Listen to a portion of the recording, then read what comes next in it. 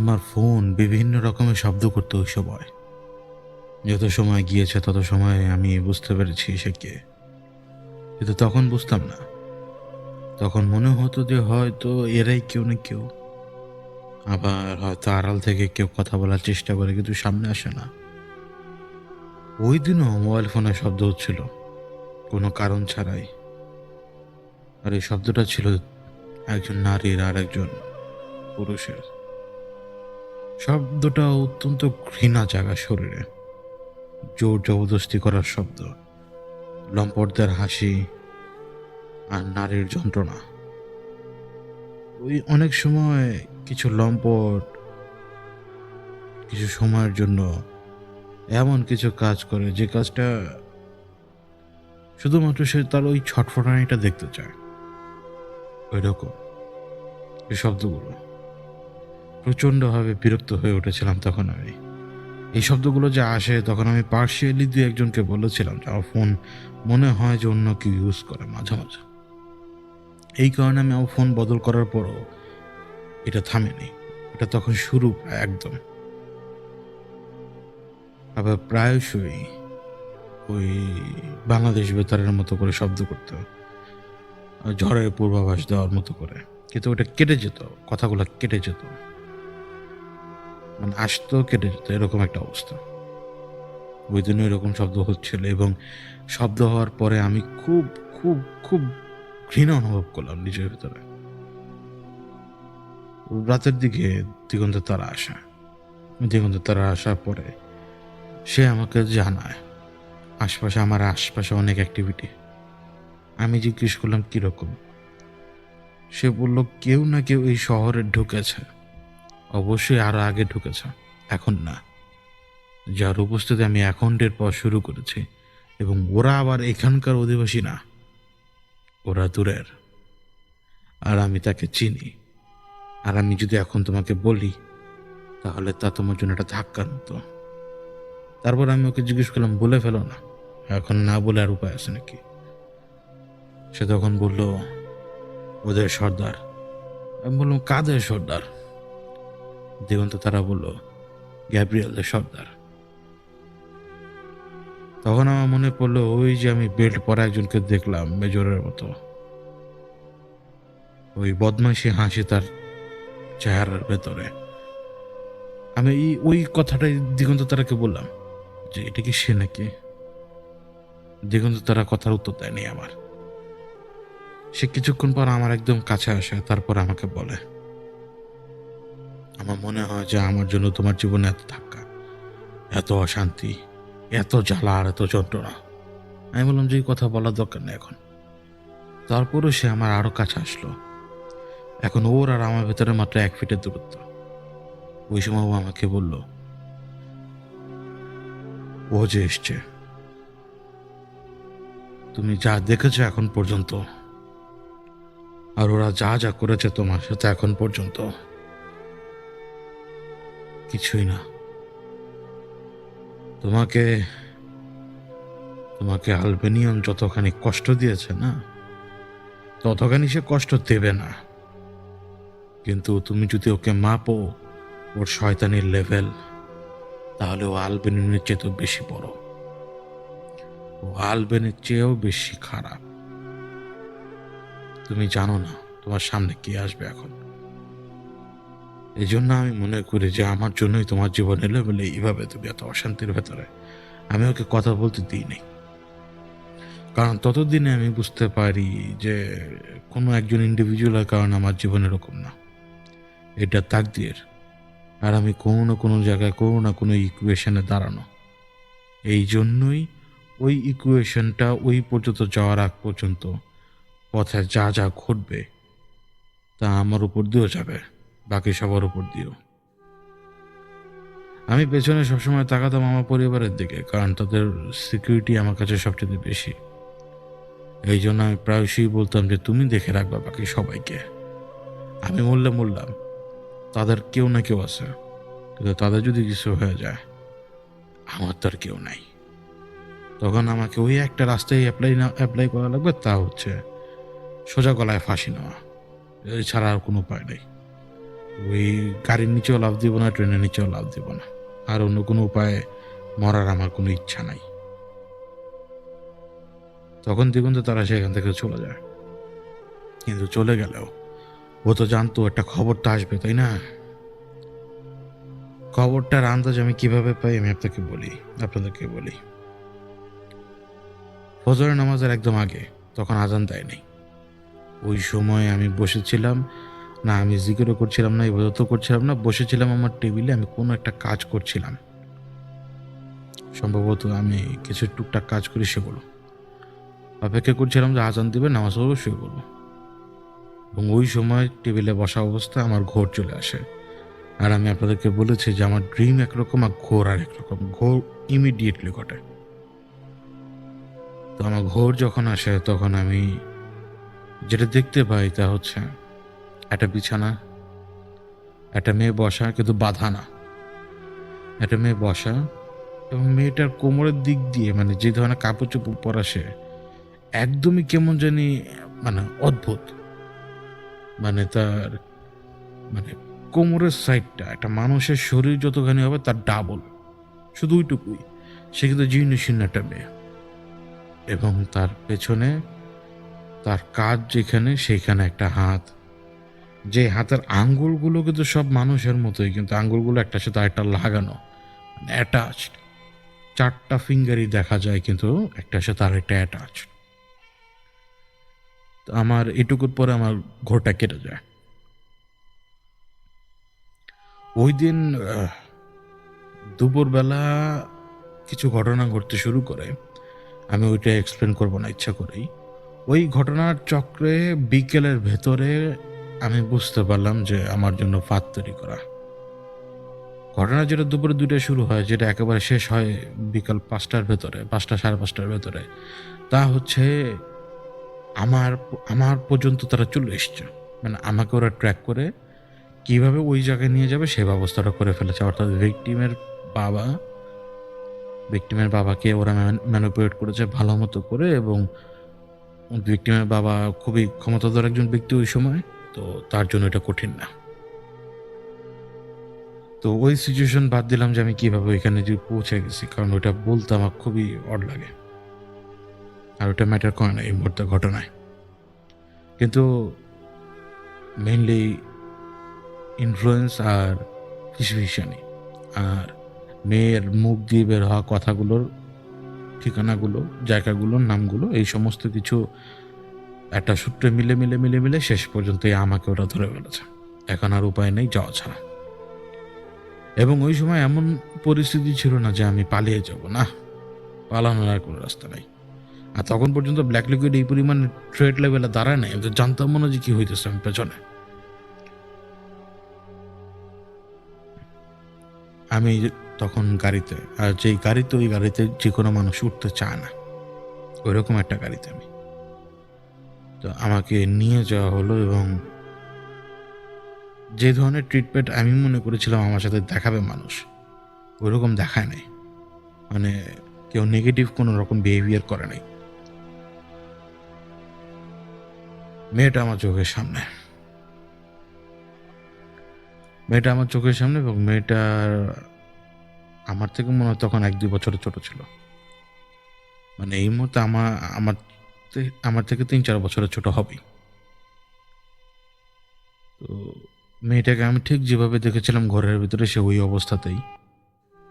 তাই আমি বলেছিলাম না যে আমি ঘরের ভিতরে দেখেছিলাম যে তার কোমরের সাইডটা অস্বাভাবিকভাবে ফোলা। তো পরে আমি জানতে পারি যে সে ডাইপার পরা। এবং কেন এত বড় ডাইপার পরা সেটা আরো পরে একসাথে শুনবেন আমার সাথে। কিন্তু কথা হচ্ছে, ওই ঘরে সবার সামনে থাকা অবস্থায় মেয়েটাকে যখন আমি দেখলাম, এরপর আমার ব্ল্যাক আউট হয়, আমার কিচ্ছু মনে নাই। ব্ল্যাক আউট হয় এবং ব্ল্যাক আউটটা কেটে যাওয়ার পরে নিজেকে মানে পাই আমি একটা ইয়েতে বসার যেই জায়গা রয়েছে না ডাইনিং স্পেসে, ওই জায়গায় আমি বসা। আশপাশে মানুষজন প্রচুর চিল্লাপাল্লা করছে, আমি জানি না ঘটনা কি। আর ওই মেয়ে, ওর নাম আমি নিব না ইচ্ছা করে, ওই মেয়েটা না মারাত্মকভাবে সে চিৎকার করছে এবং ওই চিৎকার না থামানোর জন্য বাবা নিজেই যায়, মুখে এক ধরনের ব্যবহার করে তারা, যাতে সে চিৎকার না করতে পারে। এটা হচ্ছে এমন এমন ধরনের চিৎকার যে মেয়েটাকে একটা পেইন দেওয়া হচ্ছে, যে পেইনটা মেটে নিতে পারছে না। এবং সে বারবার বলছিল যে তার পেটের ভিতরে কেমন জানি করে, পেটের ভিতরে কেমন জানি করে। ওই সময় সে সহ্যই করতে পারে না। এটার জন্য তারা ডাক্তার দেখিয়েছিল, পরে সব কথাই বলবো। তো ডাক্তারের যে মেডিসিনগুলো, ওই মেডিসিনগুলো তারা দিত, মেডিসিনের কারণে, মেডিসিনের এফেক্টে মেয়েটা সারাদিন হুঁশে থাকতো না। কিন্তু ব্ল্যাক আউট তো হয়েছে। ব্ল্যাক আউট হওয়ার এই সময়টা পরে হিসাব করে দেখলাম যে আমার ব্ল্যাক আউট ঘটে প্রায় আধ ঘন্টা থেকে 40 মিনিটের মতো। মানে এই টাইমে আমার কোনো হুঁশি নাই, সেন্সই নাই। এই টাইমে কী ঘটছে আমি সেটা জানি না। তো আমি ওনাদেরকে জিজ্ঞেস করলাম যে আমার উপরে কেউ আসছিল কিনা, কারণ আমি অন্য কথা বলতে পারবো না, এইভাবেই বললি যে আমার উপরে কি কোনো আসর আসছিল কিনা। তারা বললো যে আসর আসছে মানে তোমার তো চেহারাই, মানে ওই লোক আর কি হেভি পাওয়ারফুল লোক, তো বলতেছিল যে তোমার চেহারাই তো বদলে গেছে, তোমার চেহারাই বদলেই গেছে। আমার মনে হইতেছিল যে তুমি আমার ঘরে এসে আমাকেই দাপট দেখাইতেছো। তখন আমি তো জানি না কিছু, আমি বললাম যে না, আমার উপরে আসর আসে। তাদেরকে তাদের ভাষায় বুঝাইলাম আর কি, আমার উপরে আসর আসে, তো এই সময় তার আমার নিয়ন্ত্রণ থাকে না। এখন কি কি বলছিলাম আমি, মানে ওই আসর কি কি বলছিল, সে বললো কিছুই বলে নাই, উল্টা আমি নাকি অপমান করছি তাকে। আমি বললাম যে না, এটা হইতে পারে না, আমার এরকম ব্ল্যাক আউট হয়। আপনি যদি আমার ব্যাপারে খোঁজ নেন জানতে পারবেন যে আমার ব্ল্যাক আউট হয়। তো সে বললো যে তার মেয়ের ব্যাপারটা দেখতে, কারণ বারবার আমার নাম আসতেছে, বারবার আমার নাম। মেয়েও বলে ওই সময় সমস্যা হইলেও বলে, আবার তারা স্বপ্নেও দেখে, নাম খালি একটাই দেখে, মানুষ দেখে না। তো আমি তাদেরকে বললাম ঠিক আছে, আমি দেখবো, মেয়েকে দেখবো আমি। তো ওর চিৎকারটা থামলো, চিৎকার থামতে থামতে ততক্ষণে রাতের 10টা বেজে গেছে। ঠিক এই মুহূর্ত থেকে যা বলবো এগুলো অনেক সময় অনেকে নিতে পারবেন না। আমি আমার এই কথাগুলো অনেক আগে বলতে চেয়েছিলাম, বলি নাই, কারণ লিখতে আর বলতে হিম্মত লাগে দুই রকমের। লিখতে গেলে আপনি কিছুটা ইরেজ করে কিছুটা গুছিয়ে বলতে পারবেন বা লিখতে পারবেন, কিন্তু বলতে গেলে ওই মুহূর্তগুলোকে তো আর সরানো যায় না, কারণ চোখের সামনে সব কিছু ঘটেছে। তো তো এই মুহূর্ত আর ওই শব্দগুলো জবান আটকায় দেয়। এখান থেকে শুরু সব। নোংরামের যে কি ইতিহাস সামনে আসতেছে আপনারা জানেন না, আর ওরা জানে যে আমাকে ব্রেক করার জন্য এটি সবচেয়ে বেস্ট রাস্তা। কারণ এখানে আমার আর শক্তিই থাকে না, নিয়ন্ত্রণ তো দূরের কথা। আমার উপরে হাজারটা নিয়ন্ত্রণ থাকলেও সামনে তৈরি হওয়া পরিবেশে বর্ণনা যখন, যে বর্ণনা আমি আপনাদেরকে দিব তো আমি দেখি, তাই না? মেয়েটার নাম আমি বলবো না, কোনো মতেই না। আমি মেয়েটার ডাক বা আমার চিৎকার চেঁচামেচিটা থামার পরে আমি ওই ঘরে ঢুকি আবারও। আর আমি আগের মতো করে ওই সিটকে নিয়ে আটকা দিই দরজার লক দিয়ে। তো এটা সে মেয়ে নোটিস করে, এবং ওই সময় বুঝতে পারলাম যে মেয়ের ভেতরে কেউ না কেউ আছে। তো আমি জিজ্ঞেস করলাম কে ভেতরে। তো সেখান থেকে উত্তর দিল, আমি হচ্ছি একজন কে। তো এই নারীর ভেতরে আমার থেকে তো আসলে লাভ নেই, বরং আমার তোমার শরীরের সাথে থাকা উচিত। যদি আমি তোমার শরীরের সাথে থাকতে পারি, তাহলে আমি আমার নিজের খায়েশটাও মেটাতে পারবো, আর অন্য সবার সাথে যা মন চায় তা করতে পারবো। কিন্তু এই নারী দেহ থেকে আমাকে মুক্তি দাও। এই নারী দেহের ভেতরে আমার আর ভালো লাগে না। কিন্তু অবশ্য তখন ভালো লাগে যখন ওরা আসে। আমি বললাম যে কারা আসে। সে মেয়েটা হালকা মাথা সামনের দিকে আগে দেয়। সে বিছানাতে বসা, লাফোদা নেই, কোনো কিছু করে না। সে তখন বলল, যখন ওরা আসতো, ওরা গ্যাব্রিয়েলরা, ওরা ওই সমস্ত ভাইয়েরা। এখন তুমি তো সবাইকে রাস্তা থেকে সরিয়ে দিয়েছ, সরিয়ে দিলে না, সরিয়ে দিয়ে তুমি আমার ক্ষতি করলে। ওরা আসতো, আমার খায়েশ মৃত্যু সবই হতো, কোনো সমস্যা হতো না। এখন আমাকে এই মানবীর দেহ থেকে বের করো, বের করে আমাকে একটু কোথাও যাওয়ার সুযোগ করে দাও। অবশ্যই আমি আর তোমার কাছে তো যেতে পারছি না। আর এই মানবীর দেহের মধ্যে আমার আর ভালোও লাগছে না, ওর গায়ের গন্ধ আমার কাছে উৎকট লাগে। জিজ্ঞেস করলাম, তোদেরকে এখানে পাঠায় কে? আদ্রি। তো সে সাথে সাথে বললো, উই উই উই, তুই তাহলে জানিস, তুই তাহলে জানিস সে কে? আমি বললাম যে আমি তো জানি, আমাকে বলে সবাই যে ওকে নাকি বলা আছে যে আমার ঘাড় মটকানোর জন্য আসবে। ওইখান থেকে সে আমাকে উত্তর দেয়, তোর ঘাড় মটকানোর জন্য সে আসবে না, সে আমাদেরকে পাঠিয়েছে তোর ঘাড় মটকানোর জন্য না, তোকে বরবাদ করার জন্য, তোকে জিন্দা এমন একটা অবস্থার মধ্যে নিয়ে যাওয়ার জন্য যাতে তুই নিজে নিজের গলায় ফাঁস দিস। তোর ওই অবস্থা করে ছাড়বে। তুই জানিস না ওনাকে, ওনার কি জিনিস সেটা তুই এখন পর্যন্ত ফেসই করিস নাই। মার খেয়েছিস, মার খাতে খেতে শরীর শক্ত হয়েই যাবে, কিন্তু কখনো কখনো 2, 4, 10 জন মানুষ দ্বারা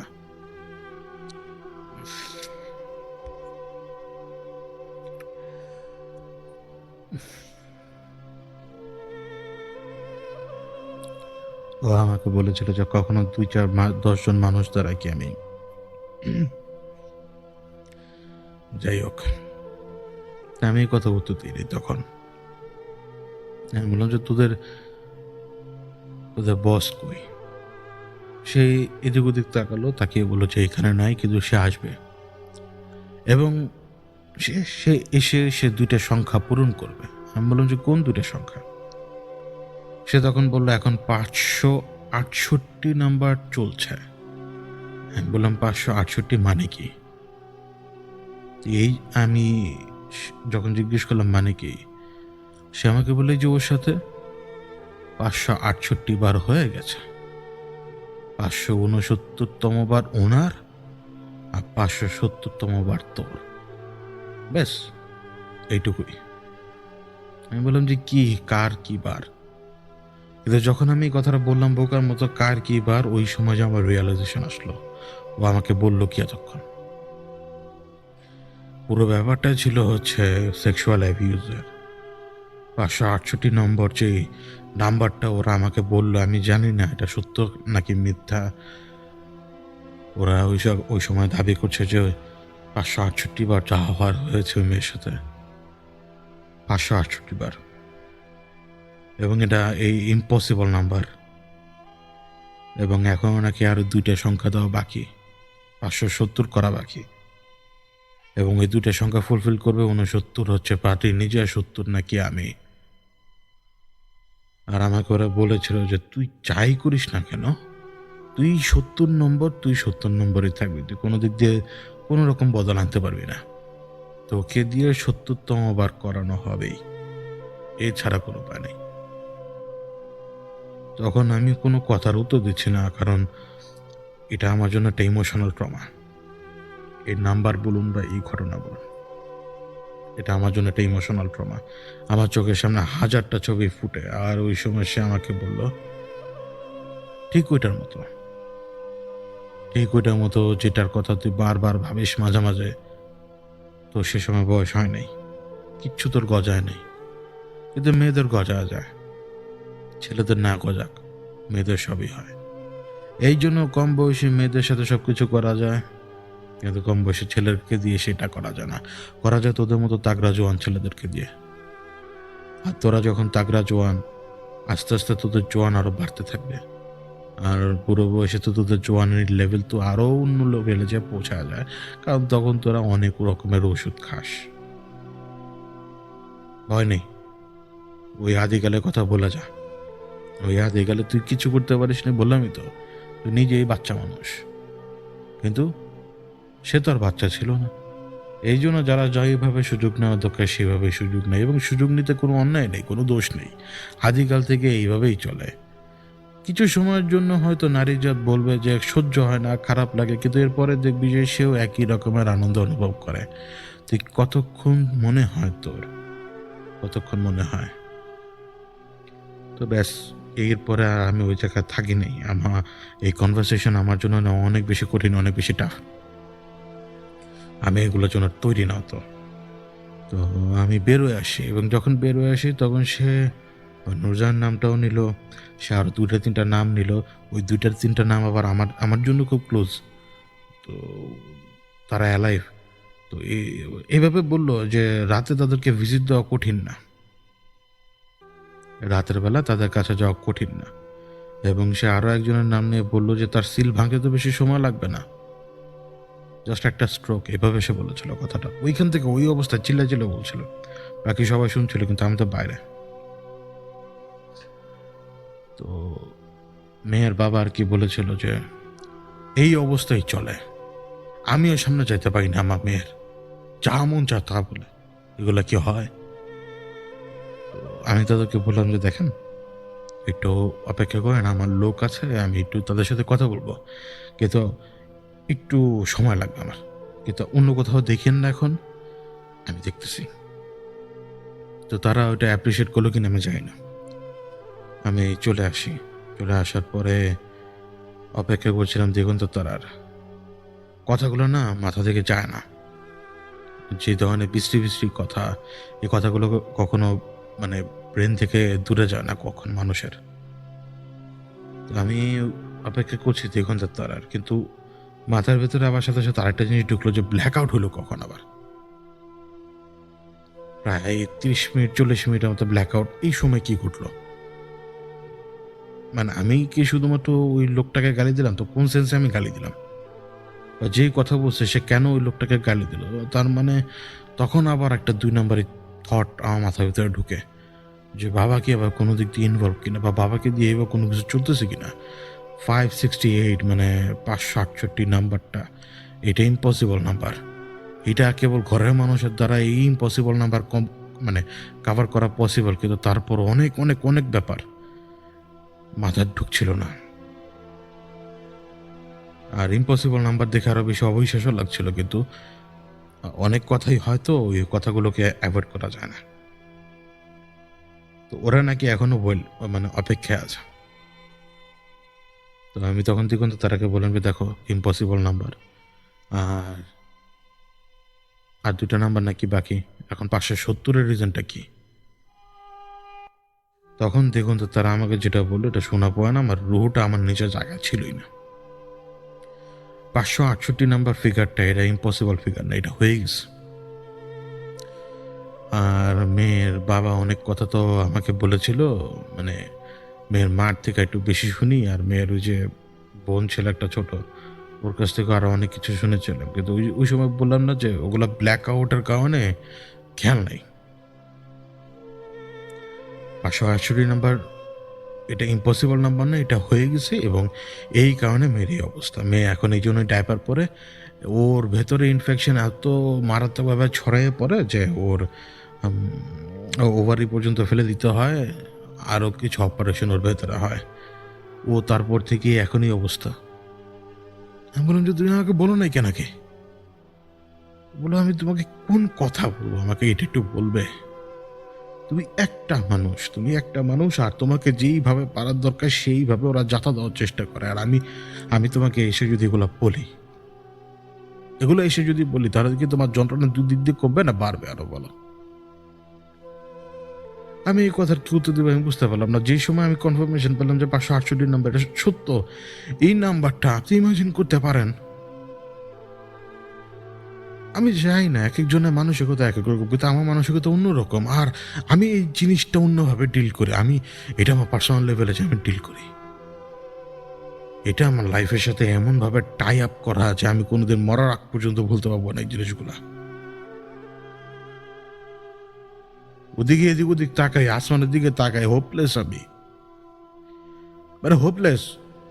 এই 568 নাম্বার এই এনাফ, এই নাম্বারই এনাফ আমাকে ধ্বংস করে দেওয়ার জন্য। ইম্পসিবল কতগুলো থিওরি মাথার ভিতরে আসে, ইম্পসিবল সিনারিও মাথার ভিতরে আসে। আপনি এগুলোকে কখনো অ্যাভয়েড করতে পারবেন না। আপনার মাথার মধ্যে এগুলো এমন বিষ ছড়াবে যে আপনি বুঝতে পারবেন না, যদি আপনি আমার মতো হন।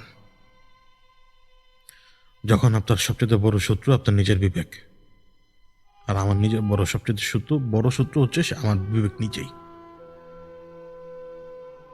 আর আমি যখন জিজ্ঞেস করলাম যে বাকি 2টা নাম্বার, সে আমাকে ধরে একটা কথা বলল। বলল যে, "আমাকে মাফ করে দিও। কিন্তু আমি ৫৬৯ নম্বর ঠেকাতে পারব না। এটা আমার বাইরে।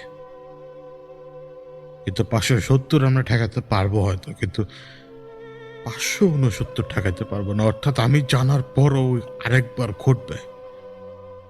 ইমাজিন করতে পারেন আমার মতো লোক যে এটা জানার পর এটা ঘটবে, তাহলে আমি কিভাবে সময়টা কাটাবো? এক একটা মিনিট আমার জন্য গজবের।